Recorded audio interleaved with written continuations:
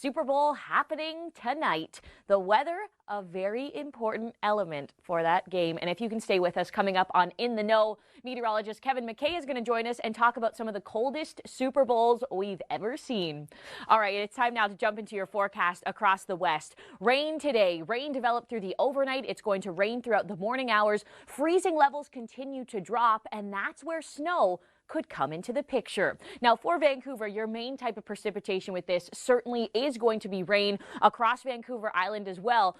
But as we get pre-dawn into Monday, as temperatures are just cold enough, it looks like Vancouver could see a little bit of mixing. And of course, this is big snow, 17 centimeters for Squamish, 15 for Whistler. Now, of course, if you can stay with us here at the Weather Network, your full national forecast, it is coming up coast to coast. I'm glad you're joining us this weekend.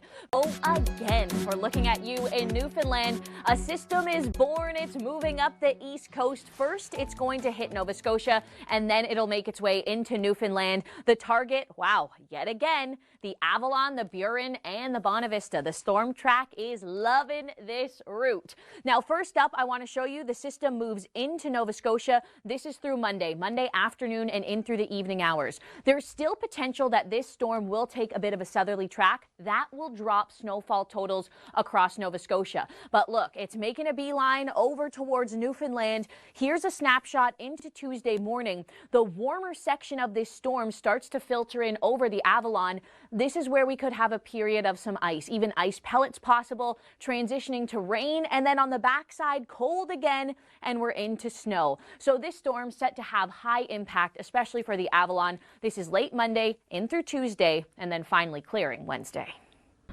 February records. I want to show you just how warm it's been. These are some of the top temps, okay? As we look ahead at Toronto, 17.7, that happened in 2017. You can see a lot of these records are from 2017. London got up to 18. Windsor got up to 22 degrees in the year 2000. So it's not totally abnormal for us to see this big spike in February. As we take a look at Toronto, was that top temperature of February, and I certainly remember this one, little 2015 down below zero. That was the year that Toronto did not go above the freezing mark for the entire month of February. That was a cold one. I remember I had just started at the Weather Network, and that was a really good story to talk about that year. As we look at Oakville over the next 7 days, you can see the February warmth is coming, that day that we get into the teens. It is in the forecast this year, but it comes with a system, and that system is going to bring some rain midweek. And I don't want you to get too stuck on this icon here for Monday. Essentially, we do have a bit of a front. It's passing through northern portions of Ontario, and that could swing a little bit of cloud cover down and towards our region for tomorrow. So we may see a little blip in the forecast when it comes to a little bit of rain, maybe even a bit of mixing if it happens later on in the day. But other than that, the forecast really does look quite nice. We take you into Monday morning, -2. Look how light the winds are. They're coming out of the south.